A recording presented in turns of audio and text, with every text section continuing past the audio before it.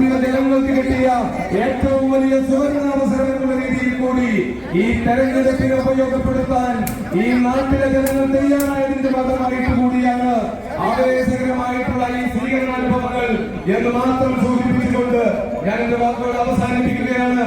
ജയ് ഹിന്ദ്, ജയ് India. പ്രിയപ്പെട്ടവരെ, നമ്മുടെ പ്രിയങ്കരനായ സാരഥി ശ്രീ ഷാഫി പറമ്പിൽ ഇതാ നമ്മെ കാണാൻ വേണ്ടി ഇവിടെ എത്തിച്ചേർന്നിരിക്കുകയാണ്. ഈ പ്രദേശത്തെ ജനങ്ങളുടെ സ്നേഹ ആദരവുകൾ ഏറ്റുവാങ്ങിക്കൊണ്ടാണ് അദ്ദേഹം ഈ വേദിയിലേക്ക് കടന്നു വന്നിരിക്കുന്നത്.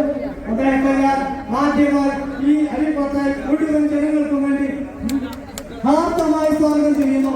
അതോടൊപ്പം തന്നെ ഈ വേദിയിൽ